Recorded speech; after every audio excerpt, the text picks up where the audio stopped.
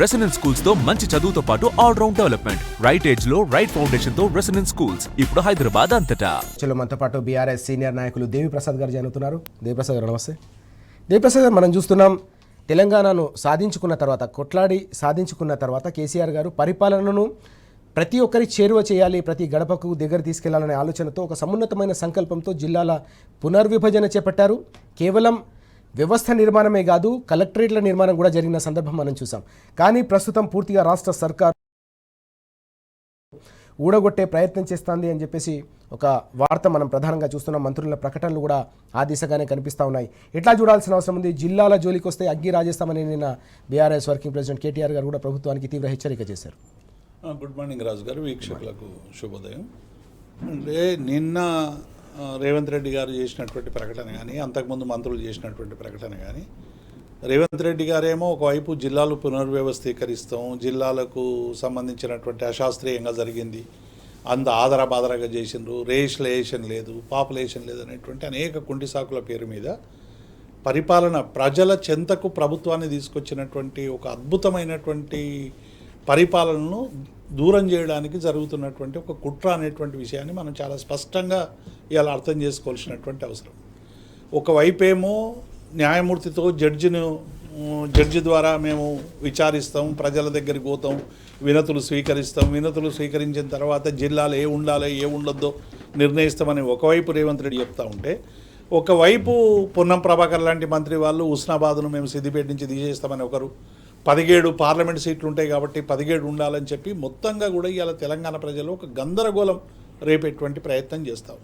ఇందులో చాలా ప్రధానమైనటువంటి అనేక కుట్ర కోణాలు దాగి ఉన్నాయనేటువంటి విషయాన్ని మనం చాలా స్పష్టంగా అర్థం చేసుకోవాలి. ఏ జిల్లా ఉంటుందో ఏ జిల్లా పోతుందో అనేటువంటి ఒక ఆందోళన ఇవాళ జిల్లాలో మొత్తంగా కూడా పెద్ద ఎత్తున అయింది. అందుకే కేటీఆర్ గారు నిన్న జిల్లాల జోలికి వస్తే అగ్గి రాజేస్తామనేటువంటి విషయాన్ని చాలా స్పష్టంగా చెప్పింది. ఎందుకంటే ఈ జిల్లాలన్నీ కూడా ఎక్కడో 1-2 తప్పకుండా జిల్లాలు చేసినప్పుడు పరిపాలనా సంస్కరణలు అన్నప్పుడు కొంతమంది 5% ప్రజలకు 10% ప్రజలకు డెఫినెట్గా కొన్ని ఇబ్బందులు జరుగుతాయి. ఆ ఇబ్బందులను దృష్టిలో పెట్టుకొని 90% ప్రజలకు సంబంధించినటువంటి ఒక సంతోషాన్ని దాన్ని దూరం చేసేటువంటి ప్రయత్నం చేయడం అనేటువంటిది చాలా దుర్మార్గం. ఇవాళ సిద్దిపేట తీసేస్తామని ఒక ఆయన, మెదక్ తీసేస్తామని ఒక ఆయన, జనగామ తీసేస్తామని ఒక ఆయన, హనుమకొండ తీసేస్తామని ఒక ఆయన, అంటే ఎట్లా పడితే అట్లా మాట్లాడి ఇవాళ ప్రజల్లో ఒక గందరగోళం చెప్తారు. రెండవది, దీని వెనక అనేక కుట్రలున్నాయి.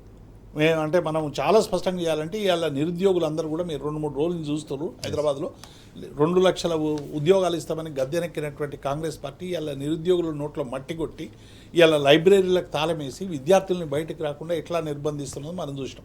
అయినా కూడా దిల్సుఖ్ నగర్ కానీ అశోక్ నగర్లో కానీ పెద్ద ఎత్తున నిరుద్యోగులు వచ్చి మా ఎటు పోయిండ్రు, మా మేధావులు ఎటు పోయిండ్రు, మా రాహుల్ గాంధీ ఎటు పోయిండు, మా రేవంత్ ఎటు పోయిండు, మా ఉద్యోగాలు ఎటు పోయినాయి అని ఒకవైపు తీవ్రమైనటువంటి ఆందోళన చేస్తాం. ఈ ఆందోళనని ఒక కుట్రపూరితంగా అజ్జేయడానికి కూడా ఈ జిల్లాల పునర్వ్యవస్థీకరణ అనుకున్నాడు. దీనివల్ల ఏమైపోతుంది అంటే రేపు ఉద్యోగాల సంఖ్య గణనీయంగా తగ్గిపోతుంది. ఒకవేళ ఏ ఒక్క జిల్లా తగ్గినా కొన్ని వేల ఉద్యోగాలు తగ్గిపోతాయి.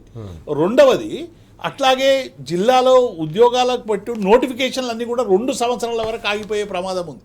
ఎందుకంటే ఇందులో రాష్ట్రపతి ఉత్తర్వులు అమలు, కేసీఆర్ గారు 95% స్థానికులకు ఉద్యోగాలు దక్కాలని, సన్ ఆఫ్ ది సాయిల్స్కు దక్కాలని, గతంలో ఉన్నటువంటి అశాస్త్రీయమైనటువంటి పద్ధతులన్నింటినీ పక్కకు పెట్టి స్థానికులకే పట్టం కట్టాలని 95% స్థానికులకు ఉద్యోగాలు తెచ్చేటువంటి ప్రయత్నం చేసి మనం ప్రెసిడెన్షియల్ ఆర్డర్ను సవరణ చేసుకున్నాం. అట్లాగే జిల్లాలకు సంబంధించి కూడా ఇప్పటికే ప్రెసిడెన్షియల్ ఆర్డర్ అయిపోయింది, అమలు జరుగుతూ ఉంది, ఉద్యోగులు నోటిఫికేషన్ ఇచ్చినాం, ఉద్యోగాల నియామకాలు జరుగుతూ ఉన్నాయి. ఇప్పుడు ఏమైందంటే మళ్ళీ నువ్వు ఈ జిల్లాల పునర్విభజన మళ్ళీ రాష్ట్రపతి ఉత్తర్వులకు సంబంధించినటువంటి సమస్యలు ప్రధానమైనటువంటి అడ్డంకిగా తయారయ్యేటువంటి అవకాశం.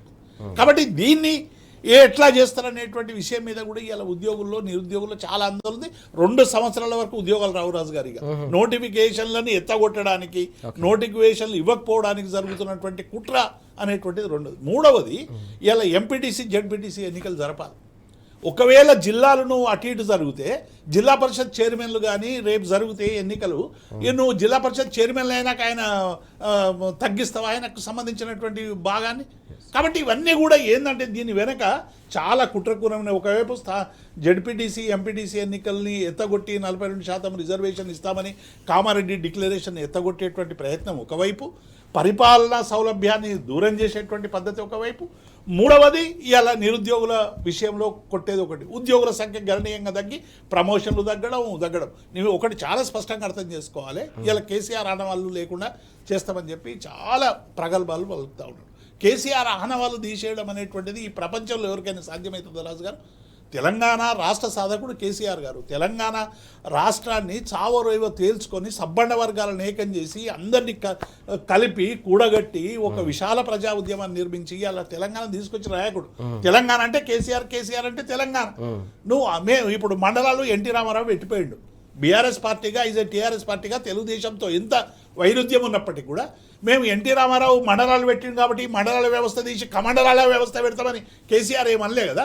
ఆ మండలాలకు కొత్త మండలాలు జోడిచ్చిండు, ఆ మండలాలకు అవసరమైతే కొత్త డివిజన్లు చేసిండు, కొత్త జిల్లాలు తీసుకొచ్చిండు. ఇవాళ ప్రజల చెంతకు ప్రభుత్వం వచ్చింది. ఇవాళ ప్రజల దగ్గరకు వచ్చినటువంటి ప్రభుత్వం వికేంద్రీకరణను ఇలా విధ్వంసం చేసేటువంటి ప్రయత్నం ఇలా రేవంత్ రెడ్డి చేస్తున్నాడు. నువ్వు డెఫినెట్గా ఈ జిల్లాలను ముట్టితే, ఈ జిల్లాల్ని రకరకాలుగా ఇబ్బందులు పెట్టేటువంటి పని చేస్తే, ఆయన మామ పేరు మీదనో ఇంకొకరి పేరు మీదనో జిల్లాలు పెట్టేటువంటి ప్రయత్నం చేస్తే డెఫినెట్గా ప్రజలు అడ్డుకుంటారు. ఈ ప్రజా ఉద్యమాన్ని ఆయన చవి చూడక తప్పదు.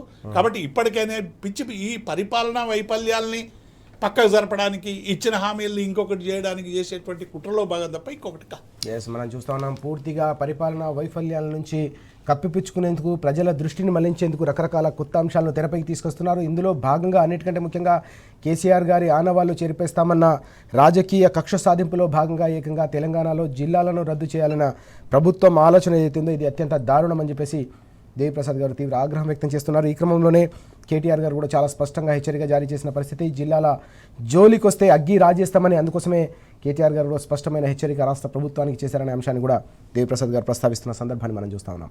చర్చలో మనతో పాటు బీఆర్ఎస్ సీనియర్ నాయకులు సోమ భరత్ గారు కూడా జరుగుతున్నారు. భరత్ గారు నమస్తే. భరత్ గారు, మనం చూసాం తెలంగాణలోనే అతిపెద్ద పరిపాలనా సంస్కరణలు చేపట్టిన సందర్భం, అందులో భాగంగా జిల్లాల పునర్విభజన చూసాం. ప్రజలు ఎంత స్వాగతించారో, దానివల్ల జిల్లాల అభివృద్ధి ఎట్లా సాధ్యమైందో మనం చూసాం. ఇప్పుడు కాంగ్రెస్ సర్కారు పూర్తిగా ఈ జిల్లాలను మార్చాలనే ఒక ఆలోచన చేస్తోంది. ప్రభుత్వం ప్రకటనలు కూడా చూస్తూ ఉన్నాం. ఎట్లా చూడాల్సిన అవసరం కనిపిస్తోంది? కేసీఆర్ గారు గతంలో చేసిన ఒక సమున్నతమైన ఆలోచనతో చేసిన నిర్ణయాన్ని కాలరాసే ఈ సందర్భాన్ని ఎట్లా చూడాల్సిన అవసరం ఉంది? ఆయన స్పష్టంగా చెప్పదలుచుకున్నాను, ఇల్లు పీకి పందిరేస్తున్నాడు. చక్కగా ఉన్న ఇంటిని పీకేసేసి పందిరేసే కార్యక్రమం పెట్టుకుంటాం. ఏ ఒక్క విషయంలో కూడా మంచి జరిగే దానికోసం మార్పును తీసుకురావట్లేదు. పూర్తిగా వెనకకు తీసుకుపోయే దానికోసం, సర్వనాశనం చేసే దానికోసమే ఈ మార్పు పేరు మీద జరిగే వ్యవహారాలు జరుగుతున్నాయి. ఇవాళ జిల్లాలో ఏదైతే వాళ్ళు ప్రతిపాదిస్తున్నారో అది కూడా అటుపక్కగానే పోతా ఉంది. చిన్న జిల్లాలు అవసరము, చిన్న రాష్ట్రాలు ఎట్లా అవసరమో చిన్న జిల్లాలు కూడా అవసరం అనేది కేసీఆర్ గారు ఒక సైద్ధాంతిక పునాది మీద వారు ఏం చేస్తున్నారంటే పరిపాలనా సంస్కరణలో భాగంగా జిల్లాలని చిన్న జిల్లాలు చేయడం అనేది జరిగింది. తద్వారా ఏంటంటే ఒక కలెక్టర్కి ప్రతి ఊర్లో ఏం జరుగుతుందో అనేది పట్టుంటుంది. తర్వాత ప్రభుత్వం తలపెట్టిన అన్ని సంస్కరణలు, తర్వాత సంక్షేమ కార్యక్రమాలు కానివ్వండి, అభివృద్ధి కార్యక్రమాలు కానివ్వండి, అమలు కానీ పర్యవేక్షణ కానీ అద్భుతంగా ఉంటుంది. దాని ప్రతిఫలం మనం చూసినాం. అది ఈ జిల్లాలని చిన్నగా చేసిన తర్వాత ఆ ఫలాలు ఏవైతే ఉన్నాయో తెలంగాణ అనుభవించింది. ఇవాళ దేనికి చిన్న జిల్లాలను చేయాలనుకుంటున్నారండి? ఈ జిల్లాలను మార్పు చేయాలనుకుంటే చిన్న జిల్లాలను కాకుండా పునర్వ్యవస్థీకరణ చేసి 17 చేయాలని ఒకడు ఎవడిష్టం ఉన్నట్టు వాడు మాట్లాడుతూ ఉన్నాడు. దేనికి?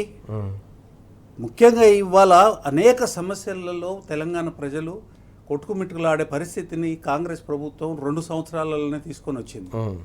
ఈ సమస్యలన్నిటినీ చిన్నగా చేయడం కోసం ఇది ఒక పెద్ద గీత గీయడం అన్నట్టు. ఇంకొక పెద్ద సమస్యను ప్రజల ముందుకు నెట్టేయడం, సమస్యలను పరిష్కరించే చేతగాని వాళ్ళు చేసే పని ఇది.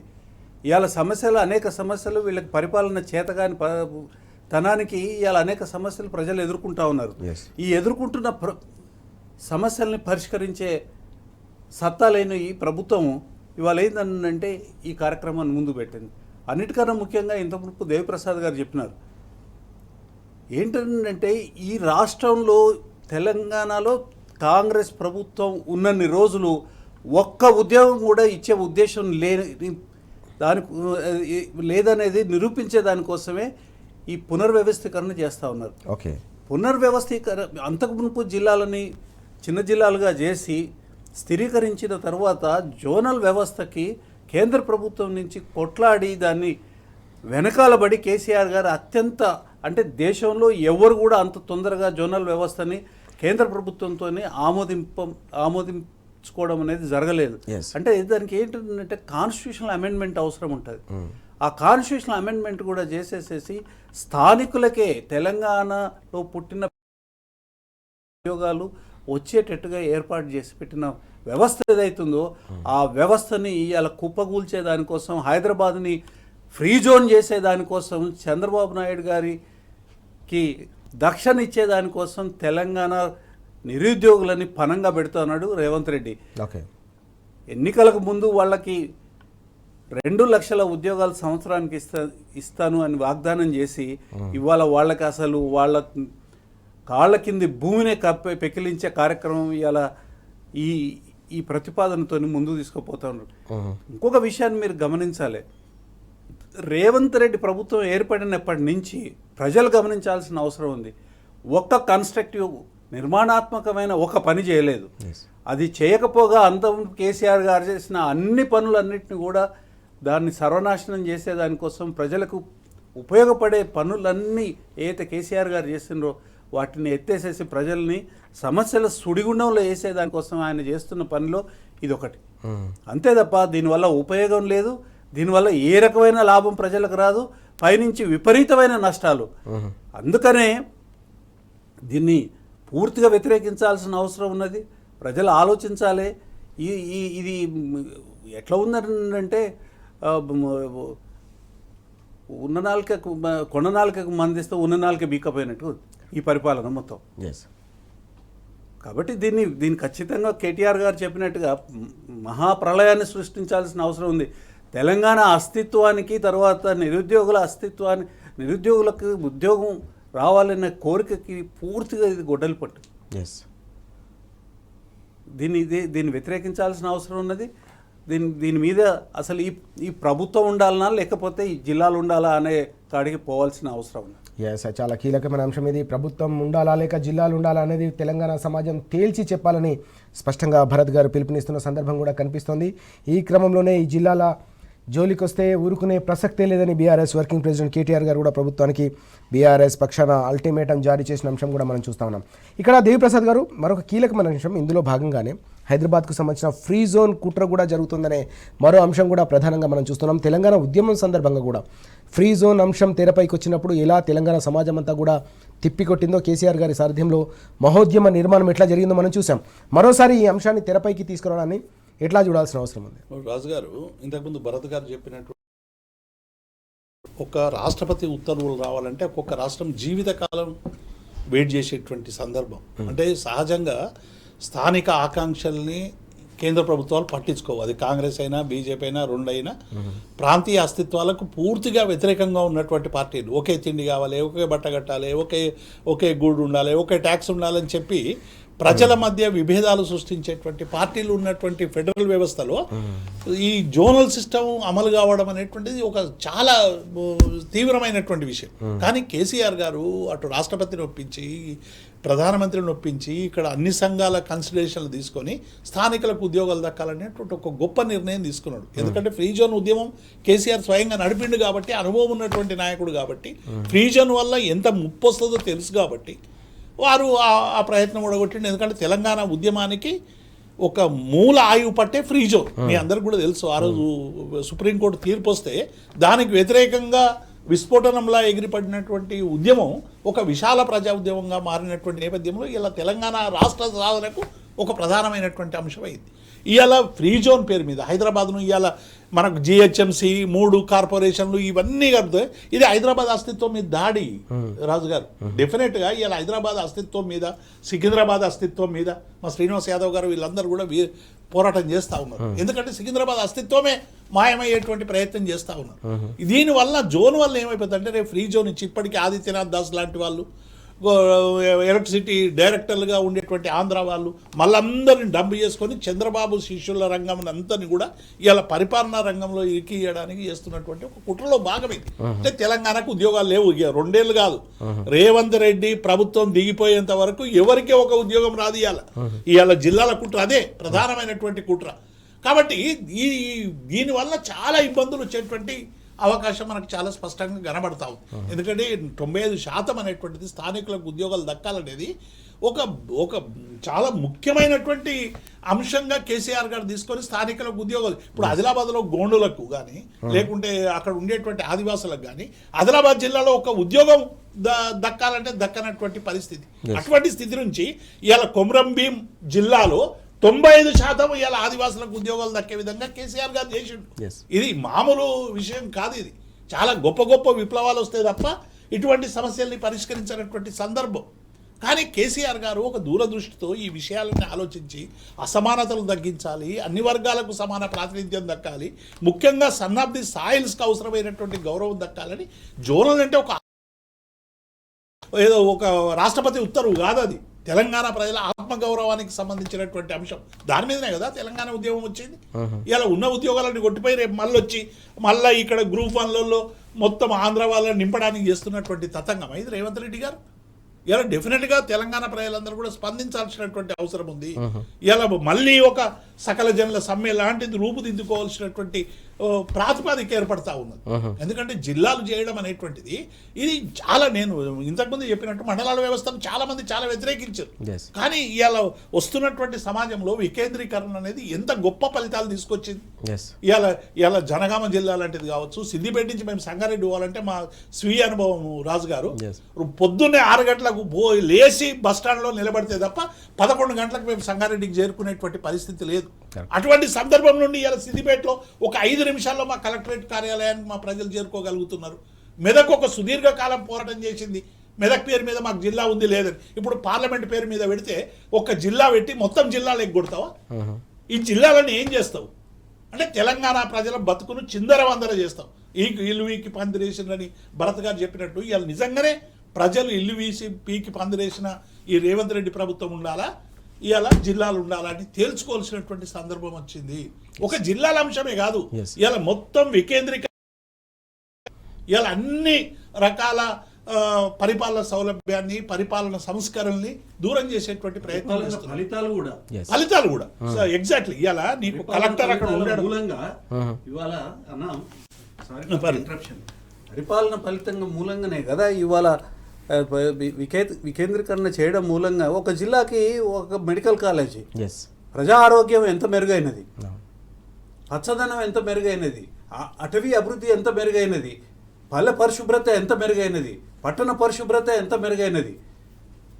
ఒక్కొక్క మున్సిపాలిటీలో డబల్ రోడ్లు పెట్టేసేసేసి పార్కింగ్ వ్యవస్థ చేసి స్టేడియంలు కట్టి తర్వాత ట్యాంక్ బండ్లు కట్టి చెరువులను పునరుద్ధరించి ఇవన్నీ ఎక్కడికి పోవాలి? ఏ మూర్ఖుడు చేయాలి ఈ పని? ఇవాళ ఈ మూర్ఖత్వంతో కేసీఆర్ గారి పరిపాలన తర్వాత వాటి ఫలితాలని మొత్తం రూపుమాపి కేసీఆర్ గారి పేరుని మసి చేయాలా అన్న ఆలోచనతో ఇంత మూర్ఖత్వంతో పనిచేసే ప్రభుత్వం ఈ దేశంలో కానీ ప్రపంచంలో కానీ ఎక్కడైనా ఉన్నదండి? ఎందుకు ప్రజలు ఓర్చాలి ఈ ప్రభుత్వాన్ని? ప్రతి తెలంగాణ వాది, ప్రతి తెలంగాణ పౌరుడు ఖచ్చితంగా కొట్లాడాల్సిన అవసరం ఉన్నది. వాళ్ళ అస్తిత్వం కోసం కొట్లాడాలి, ఇంకొవరి కోసం కొట్లాడాల్సిన అవసరం లేదు. వాళ్ళకి జరిగే మంచికి ఇవాళ విఘాతం జరుగుతుందని కొట్లాడాలి, ఇంకా దేని కొట్లాడాల్సిన అవసరం లేదు. అందుకనే కేటీఆర్ గారు అంత గట్టిగా చెప్పినాడు. అది మనసులో నుంచి వచ్చిన భావం, అది అగ్గి రాజేస్తామని చెప్పింది. ఎందుకంటే కడుపు మసులుతున్నది. ఇదా మీరు చేసేది?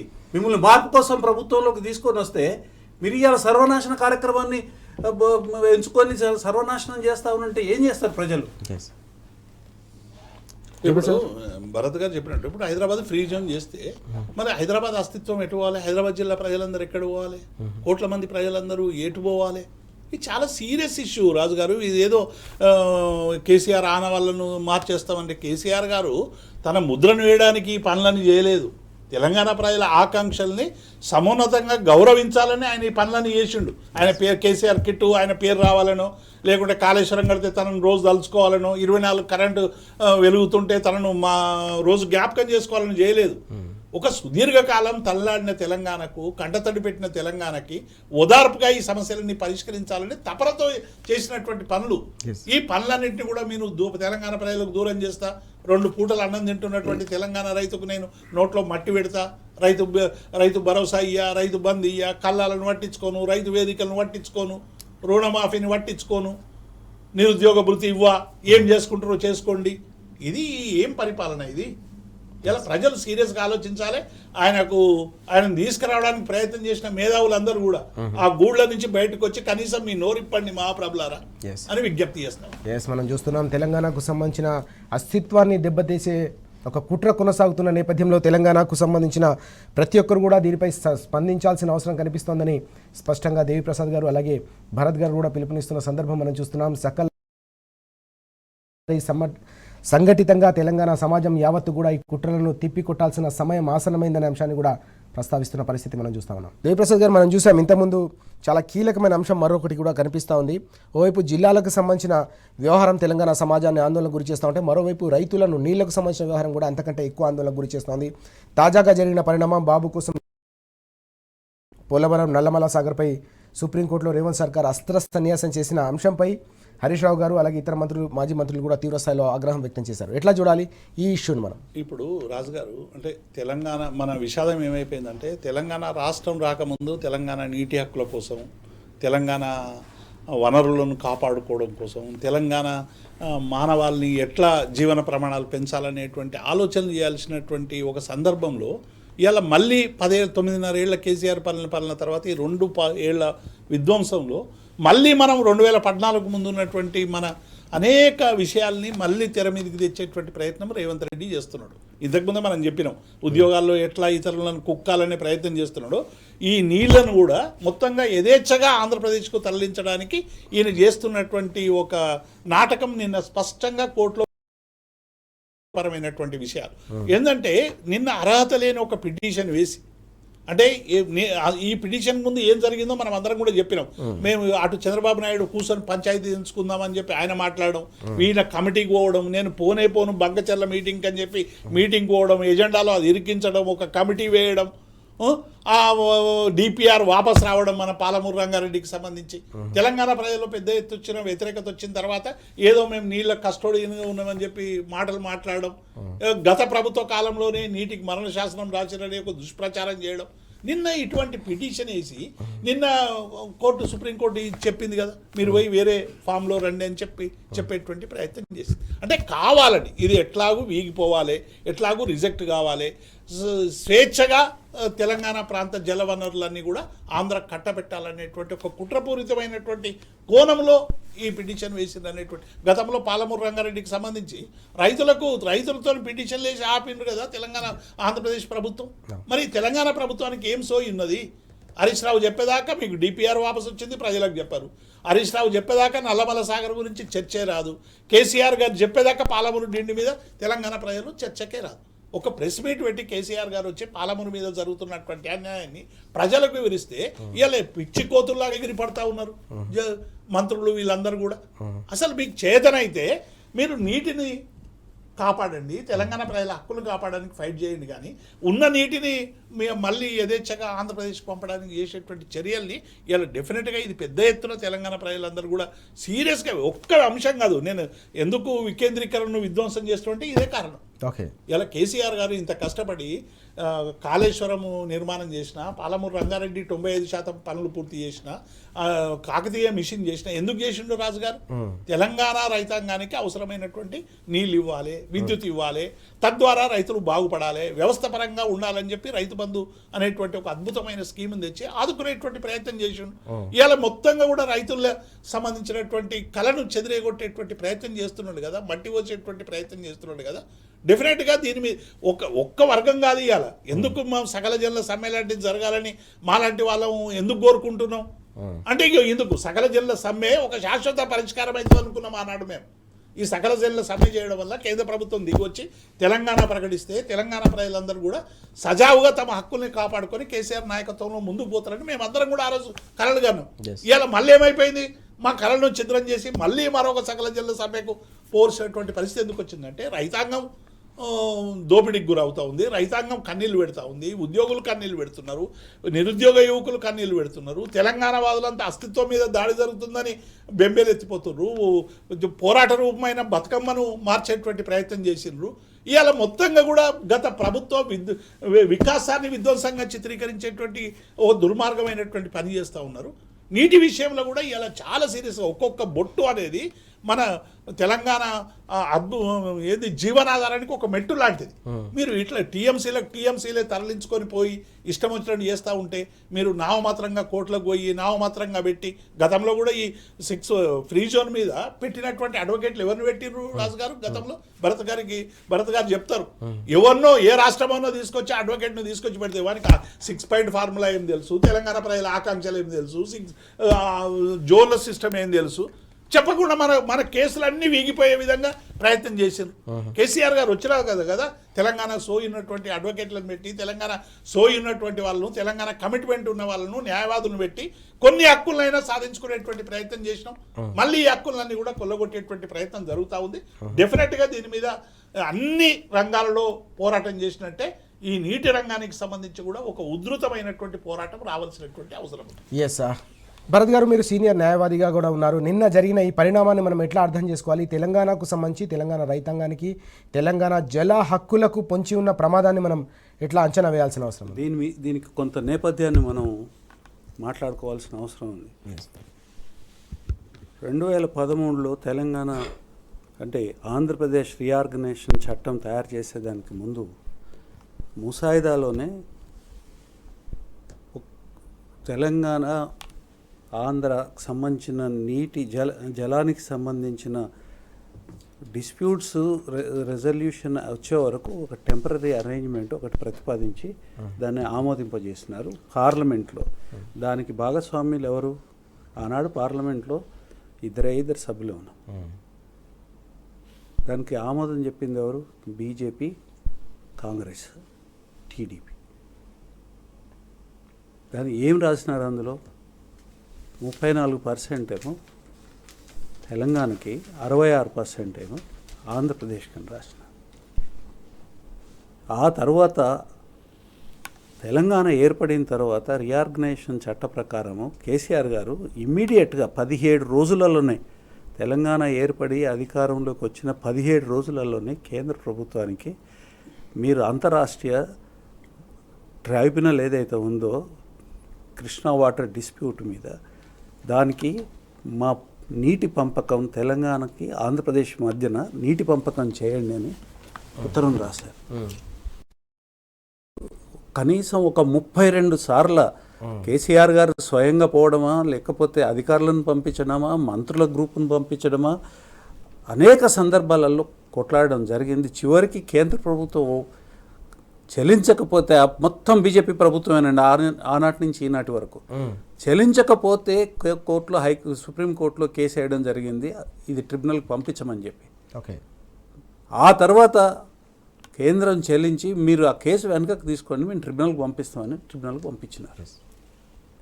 ఈ సందర్భంలో 2015లో ఒక సందర్భం వచ్చినప్పుడు ఈ 1 సంవత్సరానికి మీరు అది కంటిన్యూ చేయండి, సో దట్ ఇది రిజాల్వ్ అవుతుంది. ఇది రిజాల్వ్ అవుతుంది కాబట్టి మీరు ఆ అరేంజ్మెంట్ 2013లో ఏదైతే అరేంజ్మెంట్ ఉందో దాన్ని కంటిన్యూ చేయమని అన్నట్టు 1 సంవత్సరానికి ఆ సందర్భంలో ఒప్పుకున్నారు.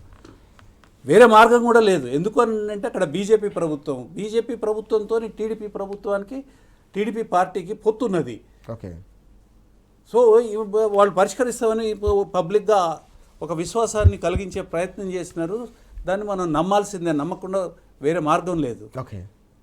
ఆ తర్వాత ట్రైబ్యునల్కి ఎప్పుడు రెఫర్ అయిందనంటే మనం 2023లో ఇది రెఫర్ చేసినారు. 10 సంవత్సరాలు కొట్టాడాల్సి వచ్చింది. బీజేపీ దుర్మార్గం చూడండి. కేంద్ర ప్రభుత్వం యొక్క అది బాధ్యత ఏది రీఆర్గనైజేషన్ చట్ట ప్రకారం ఇప్పుడు అది చేసిన తర్వాత రెఫర్ చేసిన తర్వాత టైంని పెంచి ఈ జూలై 31 వరకు ఆ టైం ఉన్నది. తర్వాత మన ఆర్గ్యుమెంట్స్ అయినాయి. తర్వాత ఇవాళ జడ్జిమెంట్ ఇచ్చేదానికోసం సిద్ధంగా ఉన్నది.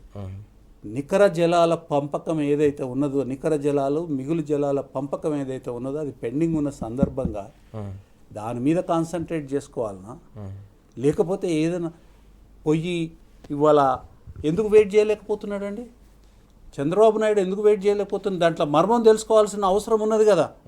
ఈ రాష్ట్ర ప్రభుత్వానికి, నిజంగా ఈ రాష్ట్ర ప్రభుత్వానికి ఈ రాష్ట్రం మీద కానీ, రాష్ట్రం యొక్క హక్కుల మీద కానీ, రైతుల యొక్క హక్కుల మీద కానీ, ప్రజల యొక్క హక్కుల మీద కానీ జాస కానీ పట్టింపు కానీ ఉంటే దాని మర్మం తెలుసుకోవాలి కదా. ఎందుకు అంటే ఇవాళ ఆయన ఏమంటాడంటే మిగులు జలాలు అయితే ఉన్నాయో ఈ మిగులు జలాల మీద మేము వాడుకుంటే మీకేం నష్టం అని అంటుండు. ఎక్కడి మిగులు జలాలు చంద్రబాబు నాయుడు గారు? నికర జలాలు అనేది నిర్ధారణ కాకుండానే మిగులు జలాలు ఉంటాయా? ఎవడి చెవులు పూలు పెట్టదలుచుకున్నారు? దానికి ఒత్తాసు పలికే దానికోసం ఈ ఒక కుట్రలో భాగంగా ఇవాళ రాష్ట్ర ప్రభుత్వం తెలంగాణ ప్రజల యొక్క ప్రయోజనాలకు వ్యతిరేకంగా, తెలంగాణ నీటి హక్కులకు వ్యతిరేకంగా వర్కౌట్ అయ్యేటందుకు సహకరించే దానికోసమే ఈ పద్ధతి లేని ఒక పిటిషన్ని సుప్రీంకోర్టులో వేసినారు. దీంట్లో మోసం దాగున్నది, ఇందులో కుట్ర దాగున్నది. తెలంగాణ అస్తిత్వానికి విఘాతం కలిగే పద్ధతిలో ఇవాళ కావాల్సుకొని చేసినారు. ఆ సుప్రీంకోర్టులో ఉన్న జడ్జీలు దాన్ని గమనించినారో ఏందో నాకు తెలియదు, కానీ ఇది సరైన అప్లికేషన్ కాదు, మీరు ఇది వేసేదానికే లేదు అని చెప్పి కొట్టిపారేసినారు. వాళ్ళు మెరిట్స్ మీద కొట్టేసినారు అనుకోండి పొరపాటున, ఏమైపోయేది తెలంగాణ బతుకు? బుడ్డగోసి పెట్టుకోవాల్సిన పరిస్థితికి నెట్టేసే కార్యక్రమం ఇవాళ రేవంత్ రెడ్డి గారి ప్రభుత్వం చేసింది. ఇది అర్థం చేసుకోవాలి కదా. నికర జలాల ఎన్ని సంవత్సరాల నుంచి ఈ నికర జలాలు మిగులు జలాల పేరు మీద మీరు జలదోపిడీ చేస్తూ ఉన్నారు? సిగ్గులేని ప్రభుత్వాలు కదండి. ప్రజల పట్ల, తెలంగాణ పట్ల కనికరం కాదు, జాలి, దయ, కనికరం, హక్కు ఏది గమనించకుండా ఇట్లా మాట్లాడుకుంటేనే ఎన్నెన్ని ప్రాజెక్టులు అండి. ఇవాళ పోలవరం కడతా ఉన్నారు, తర్వాత పులిచింతలు కట్టేసినారు, ఆ తర్వాత పోతిరెడ్డిపాడు నుంచి శ్రీశైలం నుంచి నీళ్లు తీసుకొని పోయినారు. తెలంగాణను మాత్రం ఎండబెడతా ఉన్నారు. మొత్తము మద్రాస్ పేరు మీద మొత్తం అన్ని వాటర్ అంతా కూడా పెన్నా డెల్టాకి తీసుకుపోయిన సందర్భం మనం చూడట్లేదా? ఇదే మాట మాట్లాడుతున్నాడు కదా. ఇవాళ చంద్రబాబు ఇదే మాట మాట్లాడుతుంది, దానికి ఒత్తాసు రేవంత్ రెడ్డి పలుకుతూ ఉన్నాడు. ఏం మిగులుతుంది ఇంకా? తెలంగాణ బతుకేం కావాలి? బుడ్డ జోసి పెట్టుకొని బతకాల. ఇవాళ మేధావులు అంతా పండుకున్నారు సిగ్గు లజ్జ లేకుండా. ఇవాళ అన్యాయం చేసేవాడిని పంచను ఉన్న మేధావులు అందరూ సూసైడ్ చేసుకోండి. ఎందుకు మీ బతుకు? అరే మాతృభూమి, మనం ఇక్కడ పుట్టినము, మనం ఇక్కడ పెరుగుతాము, మనకి ఇక్కడ ఇది తప్ప ఇంకా వేరేది లేదు. ఇక్కడ స్వచ్ఛమైన గాలి కోసము, స్వచ్ఛమైన నీటి కోసము, చక్కటి వ్యవసాయం కోసము, మంచినీళ్ళు తాగేదానికి నీళ్ళ కోసము, ఈ బేసిక్ విషయాలు ఇవి. వీటికి విఘాతం కలుగుతూ ఉంటే తెలంగాణని మోసం చేసే వాళ్ళ పంచన పండుకున్నారే మీరంతా. సిగ్గులజ్జ ఉంటే మీరు బతకొద్దు, అసలు మీరు సావండి, సూసైడ్ చేసుకోండి. ఎందుకు ఈ రకంగా ప్రజలకు మోసం చేసే బదులు మీరు చచ్చినా పర్వాలేదు. ఎస్, మనం చూస్తూ ఉన్నాం పూర్తిగా తెలంగాణ అస్తిత్వం పైన దాడే కాదు, తెలంగాణ అడుగునా కూడా కాలం రాసే కుట్రలు కుతంత్రాలు కొనసాగుతున్న అంశంపై భరత్ గారు అలాగే దేవిప్రసాద్ గారు కూడా తీవ్రమైన ఆగ్రహం వ్యక్తం చేస్తున్న సందర్భం. తెలంగాణకు సంబంధించి గోదావరి కృష్ణాలో ప్రతి నీటి బొట్టును ఓడిసిపెట్టి తెలంగాణ రైతులకు పూర్తిగా వాటిని అందించే సంకల్పంతో కేసీఆర్ గారు ముందడుగు వేస్తే కేవలం 2 ఏళ్ల కాలంలోనే కాంగ్రెస్ ప్రతి నీటి హక్కును కూడా కాలరాసే విధంగా వ్యవహరిస్తోంది. పక్క రాష్ట్రానికి సంబంధించిన ప్రలోభాలు కావచ్చు, పక్క రాష్ట్రానికి సంబంధించిన పూర్తిగా అక్కడి నుంచి వస్తున్న సంకేతాలు, సిగ్నల్స్ తోటే పనిచేస్తుంది. ఇది తెలంగాణకు విఘాతం. రానున్న రోజుల్లో రైతులకు ఇది మరణ శాసనం కాబోతుంది. కాబట్టి తప్పకుండా తెలంగాణ సమాజంలోని ప్రతి వర్గం కూడా దీన్ని తిప్పుకొట్టాలి. మేధావుల ముసుగులో ఉన్న వారందరూ కూడా దీనిపై మాట్లాడాల్సిన, నోరు మెదపాల్సిన సమయం ఇది అని చెప్పేసి చెప్తున్న సందర్భం కూడా మనం చూస్తా ఉన్నాం. దేవిప్రసాద్ గారు, మనం చూసాం తెలంగాణ ఉద్యమంలో భుజం కలిపి నడిచిన తెలంగాణ ఉద్యోగులను కడుపులో పెట్టి చూసుకున్న సందర్భాన్ని మనం చూసాం. కేసీఆర్ గారి హయాంలో అత్యధికంగా దేశంలోనే ఉద్యోగుల జీతభత్యాలు పెంచిన సందర్భాలు కూడా మనం చూసాం. తాజాగా పెండింగ్లోనే 5 DAలు ఉన్న అంశం కూడా తెరపైకి వస్తున్న పరిస్థితి. ఈరోజు దానిపై కూడా పెద్ద ఎత్తున ఆందోళన వ్యక్తమవుతున్న సందర్భం. ఉద్యోగులు కావచ్చు, రిటైర్డ్ ఉద్యోగుల హక్కులు కూడా కాలరాస్తున్నారనే ఈ అంశాన్ని ఎట్లా చూడాల్సిన అవసరం ఉంది? ఇప్పుడు గాంధీని చంపిన గాడ్సేకు ఎట్లా చేస్తున్నారు, గుళ్ళు కట్టడం, అది చేయడం. గాంధీని చంపిన గాడ్సే వారసులే ఇలా ఏం చేస్తారో మనం అందరం కూడా చూస్తున్నాం. నిజంగా రేవంత్ రెడ్డి కూడా ఉద్యోగుల గొంతును కోసేటువంటి ప్రయత్నాలన్నీ కూడా వాళ్ళ సమావేశంలోనే చెప్తున్నాడు. నిన్న మనం ఇంతకుముందే చర్చించుకున్నాం, జిల్లాల పునర్విభజన చేస్తున్నా అని నిన్న ఉద్యోగుల సంఘ సమావేశంలో డైరీ రిలీజ్ సందర్భంగా చెప్పిండు. ప్రమోషన్లు పోతాయి, ఉద్యోగాల నియామకాలు ఉన్నాయి, నిరుద్యోగుల గొంతు కూస్తున్నా అని చెప్పి ఉద్యోగుల సభలో చెప్పేటువంటి ప్రయత్నం చేసిండు అశాస్త్రీయంగా. సరే, రెండవది ఒక డిఏ. ఈ డిఏ అనేది డిసెంబర్ 12కు గతంలో ఇచ్చినటువంటి అగ్రిమెంట్ ప్రకారం ఆ జీవోలోనే పొందుపరిచారు, మీకు ఓ డిఏ ఇస్తామని. ఇవాళ భారతదేశంలో ఏ రాష్ట్రంలో కూడా డిఏలు పెండింగ్ లేవు రాజు గారు. 5 DAలు ఇవాళ పెండింగ్ ఉన్నాయి. ఇది ఒకే ఒక రాష్ట్రం తెలంగాణ, భారతదేశంలో 5 DAలు పెండింగ్ ఉన్నటువంటి రాష్ట్రం. నువ్వు ఏం చెప్పినావు మేనిఫెస్టోలో ఏం చెప్పినావు? మేము వచ్చిన 6 నెలల్లోనే PRC ఇస్తాం, 6 నెలల్లో DAలు క్లియర్ చేస్తాం, 6 నెలల్లో CPS అమలు చేస్తాం అని చెప్పి ఇవాళ CPS మేము రద్దు చేసి OPS అమలు చేస్తామని చెప్పిన పెద్ద మనిషి ఇవాళ కోర్టుల ద్వారా ఒకరిద్దరు తెచ్చుకున్నటువంటి ఉత్తర్వుల్ని, సుప్రీంకోర్టు ఇచ్చినటువంటి ఉత్తర్వులని పక్కకు పెట్టి ఇవాళ చట్టం తీసుకొచ్చిండు. ఆర్డినెన్స్ తీసుకొచ్చారు, 8వ నంబర్ ఆర్డినెన్స్ తెచ్చి ఇవాళ ఒకరిద్దరు కూడా పెన్షన్ ఇవ్వకుండా కోర్టుకి ఎవడు పోవద్దు, నేను చెప్పిందే ఈనాలనేటువంటి పద్ధతిలో ఇలా ఊంకరింపు చేసేటువంటి ప్రయత్నం చేస్తూ ఉంటారు. అట్లాగే రెండవది కూడా రిటైర్ అయిన ఉద్యోగులు 43 మంది చనిపోయారు రాజుగారు. చాలా విషాదం. ఇవన్నీ ప్రభుత్వ హత్యలు, వీటికి ప్రభుత్వం బాధ్యత వహించాలని మేము డిమాండ్ చేస్తూ ఉన్నాం. 43 మందికి ఏదో రిటైర్ అయ్యేటప్పుడు ₹1, ₹2 వస్తే తమ అవసరాలకు ఉపయోగపడతాయని దాచుకున్న డబ్బును కూడా ప్రభుత్వం ఇవ్వకుండా ఇలా వేలాది రిటైర్మెంట్ అయినటువంటి ఉద్యోగులను వేధించేటువంటి ప్రయత్నం చేస్తూ ఉన్నది. అట్లాగే ఉద్యోగుల మధ్య చిచ్చు పెట్టేటువంటి ప్రయత్నం చేస్తూ ఉంది. కేసీఆర్ గారు తెలంగాణ ఉద్యమం ఏం నేర్పింది? జేఏసీ పెట్టి ఒక ఐక్యత నేర్పితే ఈయన విడగొట్టేటువంటి సంస్కృతిని తీసుకొస్తా ఉన్నాడు. ఉద్యోగుల మధ్య చీలికలు తెచ్చేటువంటి ప్రయత్నం చేస్తూ ఉన్నాడు. నిన్న కొంతమంది ఉద్యోగులు అసలు ఈ సమస్యలన్నీ పరిష్కరించడానికి ఒక సమావేశం పెట్టి ఒక DA ఎందుకు, మాకు 5 DAలు ఇస్తాను, మిగతా అంశాలు ఏమైనా ఇవ్వకుండా ఒక DA సొమోటోకి ఇచ్చి మీకు ₹1 బీమా ఇస్తున్నారని ప్రజల్లో ఒక ఉద్యోగుల మీద చెడ్డ పేరు తెచ్చేటువంటి ప్రయత్నం చేస్తూ ఉన్నాడు. కాబట్టి ఇలా ఉద్యోగుల్ని నిట్ట నిలువున మోసం చేస్తున్నటువంటి రేవంత్ ప్రభుత్వం మీద ఇవాళ ఉద్యోగులందరూ కూడా తీవ్ర ఆగ్రహాన్ని ప్రకటిస్తూ ఉన్నారు. ఏదో మేము సంక్రాంతి కానుక 30 ఇన్స్టాల్మెంట్లట. ఒక రిటైర్ అయిన ఉద్యోగికి తనకు వచ్చేటువంటి ఏరియర్స్ 30 నెలలు ఇస్తాడట. ఈ 30 నెలల మధ్యలో 5-6 నెలలు గాయప అయిపోతాయి. గతంలో పెన్షనర్ల డబ్బులు కొట్టేసినట్టే ఉద్యోగుల డబ్బులు కూడా కొట్టేసేటువంటి ప్రయత్నం చేస్తూ ఉన్నారు. కాబట్టి ఇలా ఉద్యోగులందరూ కూడా సీరియస్గా ఆలోచించాలి. నేను మీ ద్వారా వాళ్ళకి విజ్ఞప్తి చేస్తాను. భరత్ గారు, ఎట్లా చూడాలి ఈ అంశాన్ని మనం? హాస్యాస్పదమైన విషయం. ఇప్పుడు దగ్గర 5-6 DAలు పెండింగ్ ఉన్నాయండి. ఒక్క DA క్లియర్ చేసి ఆ DAని 30 ఇన్స్టాల్మెంట్స్ అని అంటే బిచ్చమేసినట్టుగా ఏంది? తర్వాత వీటన్నిటికన్నా ముఖ్యమైన విషయం ఏంటంటే ఎంప్లాయీస్ రిటైర్ అయిన సందర్భంగా వాళ్ళకి మ్యాక్సిమం బీఆర్ఎస్ గవర్నమెంట్లో 2 నెలల నుంచి 6 నెలల లోపల వారికి రావాల్సిన అన్ని బెనిఫిట్స్ ఏదైతే ఉందో రిటైర్మెంట్ బెనిఫిట్స్ అన్నీ కూడా ఇచ్చిన సందర్భం. తర్వాత 2 సార్లు PRC చేసి బ్రహ్మాండంగా పే హైక్ చేయడం అనేది దేశంలోనే చాలా గొప్పగా జరిగింది. ఇవన్నిటిని పక్కన పెట్టేసేసేసి వాళ్ళ ఒక కుసంస్కృతిని ఉద్యోగ రంగంలో తీసుకొని వచ్చి ఒకటేమో నియామకాలు చేయట్లేదు. కేసీఆర్ గారు తలపెట్టిన నియామకాలు ఏవైతే ఉన్నాయో వాటిని పార్షియల్గా కంప్లీట్ చేసినది అంతే తప్ప ఒక్క కొత్త నియామకం చేసిన దాఖలా లేదు. తర్వాత ఉన్న ఉద్యోగులని రాచిరంపాన పెట్టే కార్యక్రమం ఎందుకు? తర్వాత ఇంకా PRC వేయలేదు.